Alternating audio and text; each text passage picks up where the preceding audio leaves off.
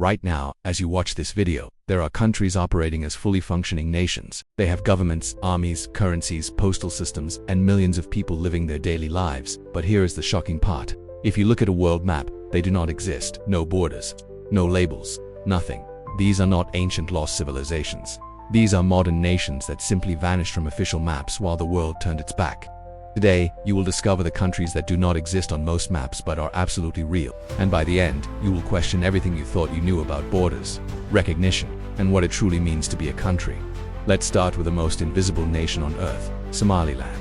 This place is unique because it is the only country not recognized by a single member of the international community. Zero recognition.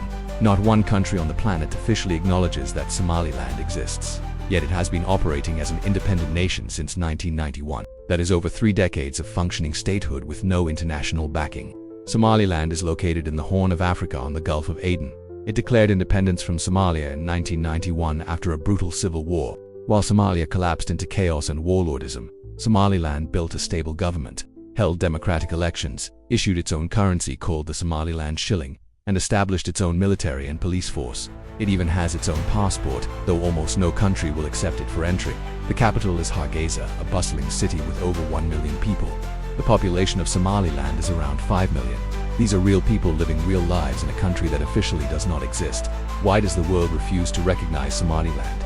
The African Union has a policy of maintaining colonial era borders to prevent a domino effect of secessionist movements across the continent. If Somaliland is recognized, it could inspire dozens of other regions to declare independence. So instead, the international community pretends it does not exist. Despite this, Somaliland maintains informal relations with several countries, including the United Kingdom, Ethiopia, and Djibouti. It has working trade agreements and even hosts foreign diplomatic offices. But none of this translates into official recognition. Now let's travel to Eastern Europe. Transnistria, a narrow sliver of land wedged between Moldova and Ukraine. This place is frozen in time, a Soviet relic that never got the memo that the Soviet Union collapsed. Transnistria declared independence from Moldova in 1990, just before the USSR disintegrated. A brief but bloody war followed in 1992, ending with a Russian-brokered ceasefire. Today, Russian peacekeepers still patrol the region. Transnistria is not recognized by any UN member state. However, it is recognized by 3 other unrecognized states: Abkhazia, South Ossetia, and Nagorno-Karabakh. They form a strange club of nations that only recognize each other. What makes Transnistria surreal is how deeply it clings to Soviet nostalgia. Statues of Lenin still stand proudly in the capital. The flag resembles the old Soviet Moldavian flag. Hammer and sickle symbols appear on government buildings. Walking through Tiraspol feels like stepping into a time machine back to 1985. Transnistria has its own currency, the Transnistrian ruble, its own military, and even its own border guards. If you want to visit, you need a Transnistrian visa, even though no country recognizes it as legitimate. The economy relies heavily on a single source, the massive Sheriff Corporation, which controls everything from supermarkets to gas stations to the national football team. Sheriff essentially is Transnistria. If you enjoyed learning about these ghost nations so far, make sure to hit that subscribe button and turn on notifications. We have so many more hidden stories about the world's strangest borders and forgotten places coming your way. And drop a comment below, which unrecognized country surprised you the most. Let us move to the Caucasus Mountains. Abkhazia. This region sits on the eastern coast of the Black Sea, wedged between Russia and Georgia. Abkhazia declared independence from Georgia in 1992 during the chaotic collapse of the Soviet Union. A brutal war followed, resulting in the ethnic cleansing of thousands of Georgians from Abkhazia. The conflict ended in 1993, but the wounds never healed. Today, Abkhazia is recognized by only 5 UN member states: Russia, Nicaragua, Venezuela, EU, and Syria. Russia provides the bulk of Abkhazia's financial support and military protection. In fact, Russian soldiers patrol the de facto border with Georgia. Abkhazia's capital is Sukhumi, a once thriving seaside resort town that now bears the scars of war. Many buildings remain damaged from the conflict 3 decades ago. The population has dropped dramatically. Before the war, around 500,000 people lived in Abkhazia. Today, only about 240,000 remain. Abkhazia has its own president, parliament, military, and currency called the Abkhazia Abkhazia. It issues passports, though they are only recognized by Russia and a handful of other states. For most of the world, Abkhazia is still legally part of Georgia, but on the ground, it operates as a completely separate country. Right next door is South Ossetia, another breakaway region from Georgia. South Ossetia declared independence in 1991, triggering a war with Georgia. A ceasefire held until 2008, when tensions exploded into a full-scale war between Georgia and Russia. Russia intervened militarily on behalf of South Ossetia, quickly defeating Georgian forces. After the war, Russia recognized South Ossetia's independence, along with Nicaragua, Venezuela, Nauru and Syria. The same 5 countries that recognize Abkhazia. South Ossetia's capital is Chinvali, a small city heavily damaged during the 2008 war. The population is tiny, only around 50,000 people. Like Abkhazia, South Ossetia relies almost entirely on Russian financial and military support. It has its own currency, government, and military, but in practice, it functions as a Russian protectorate. Let's shift to Asia now. Nagorno-Karabakh. This mountainous enclave was one of the most contested pieces of land in the former Soviet space. Nagorno-Karabakh is internationally recognized as part of Azerbaijan, but for nearly 3 decades it was controlled by ethnic Armenians who declared it the Republic of Artsakh. The conflict began in 1988 as the Soviet Union crumbled. A full war erupted in 1992, resulting in tens of thousands of deaths. Armenia and Nagorno-Karabakh's ethnic Armenians won, taking control of Nagorno-Karabakh and surrounding Azerbaijani territories. This uneasy frozen conflict lasted until 2020 when Azerbaijan launched a military offensive and reclaimed much of the territory. In September 2023, Azerbaijan launched another offensive, and within days, Nagorno-Karabakh's government dissolved. Over 100,000 ethnic Armenians fled to Armenia, effectively ending the Republic of Artsakh. Nagorno-Karabakh was never recognized by any country, not even Armenia. It was supported politically and militarily by Armenia, but official recognition never came. Today, Nagorno-Karabakh no longer exists as a functioning entity. It is now fully controlled by Azerbaijan. Its brief existence as an unrecognized republic has come to an end, leaving only memories and refugees behind. Now let us talk about Northern Cyprus. This is the only unrecognized state in Europe that has been around for over 4 decades. Northern Cyprus declared independence in 1983 after a decade of division following Turkey's military intervention in 1974. The island of Cyprus had been torn apart by ethnic conflict between Greek Cypriots and Turkish Cypriots. Turkey invaded to protect the Turkish Cypriot minority, and the island has been divided ever since. Northern Cyprus is recognized by only one country, Turkey. For everyone else, the entire island of Cyprus is legally one nation, the Republic of Cyprus, which is a member of the European Union. But on the ground, Northern Cyprus operates as a completely separate country with its own president, parliament, military, and currency called the Turkish lira, which is actually Turkey's currency. The capital is North Nicosia, the only divided capital city in the world. A buffer zone patrolled by United Nations peacekeepers runs through the heart of the city, splitting it between the Greek Cypriot south and the Turkish Cypriot north. Northern Cyprus has a population of around 300,000, including many settlers from mainland Turkey. Its economy is heavily dependent on Turkey, which provides financial support and military protection. Tourism is a major industry, though most visitors are Turkish. For Greek Cypriots and the international community, Northern Cyprus is seen as occupied territory, not a legitimate state. Let's head to the Middle East, the Sahrawi Arab Democratic Republic, also known as Western Sahara. This territory in North Africa is claimed by both Morocco and the Sahrawi independence movement called the Polisario Front. Western Sahara was a Spanish colony until 1975 when Spain withdrew.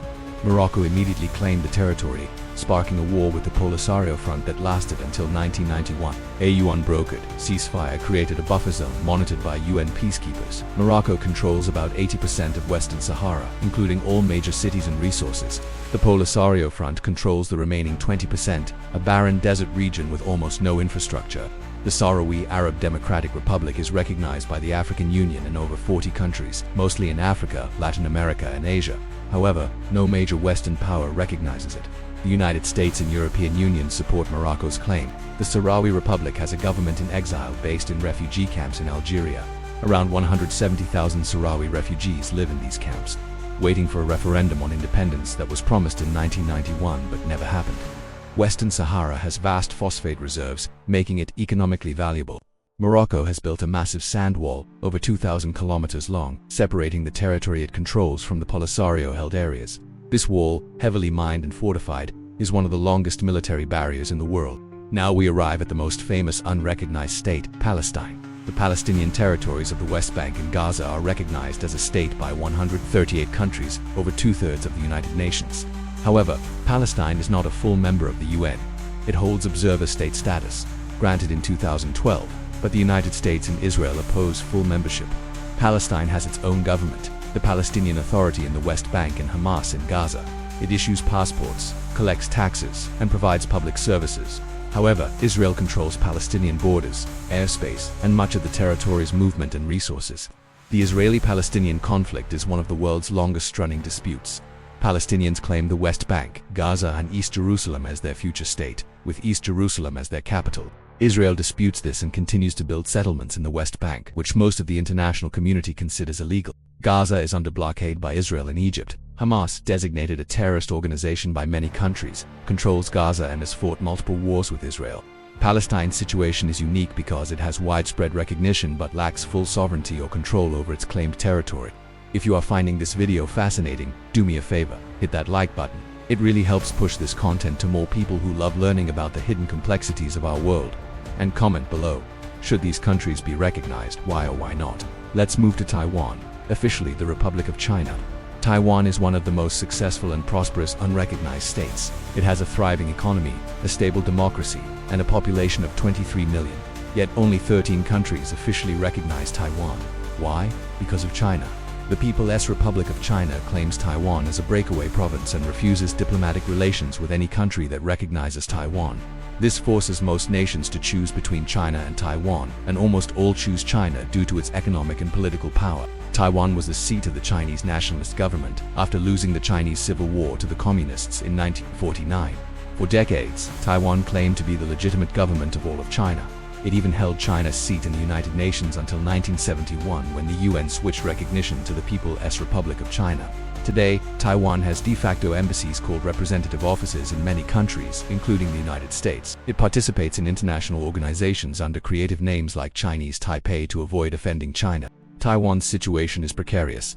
China has never ruled out using military force to bring Taiwan under its control. The Taiwan Strait is one of the world's most dangerous flashpoints. Finally, let's talk about Kosovo. This Balkan nation declared independence from Serbia in 2008 after years of ethnic conflict and a NATO bombing campaign in 1990. Kosovo is recognized by over 100 countries, including the United States and most European Union members. However, Serbia, Russia, China, and several other nations refuse to recognize it. For them, Kosovo is still part of Serbia. Kosovo has its own government, military, police, and currency, the euro, which it adopted unilaterally. Its population is about 1.8 million, predominantly ethnic Albanian. The capital is Pristina, a young and vibrant city rebuilding after decades of conflict. Kosovo's path to full international recognition is blocked by Serbia's refusal to accept its independence. Without Serbia's consent, Kosovo cannot join the United Nations. Serbia, backed by Russia and China, uses its influence to prevent Kosovo from gaining wider recognition. Despite this, Kosovo functions as an independent country in every practical sense. So why does recognition matter so much? Because without it, these countries face crippling limitations. They cannot join the United Nations or most international organizations. They cannot access international loans or aid from institutions like the World Bank or International Monetary Fund. Their citizens face severe travel restrictions since their passports are not widely accepted. They struggle to attract foreign investment because businesses fear legal complications. They are vulnerable to military aggression since they lack international protection. Recognition is not just symbolic. It is the difference between survival and isolation. These unrecognized countries reveal a harsh truth about our world. Statehood is not just about having territory, a government, and a population. It is about power, politics, and who holds the keys to international legitimacy. Some of these nations have existed for decades. They have raised generations of children who know no other homeland. They have built institutions, cultures, and identities. Yet, the world treats them as if they do not exist. The question is not whether they function as countries. They clearly do. The question is whether the international community will ever acknowledge that reality. If you want to keep exploring the world's most fascinating borders, forgotten nations, and hidden geopolitical stories, subscribe to Locus Key. Hit that notification bell so you never miss a new video. Drop a comment and tell me which unrecognized country you would most want to visit. And if you made it this far, thank you for watching. See you in the next video.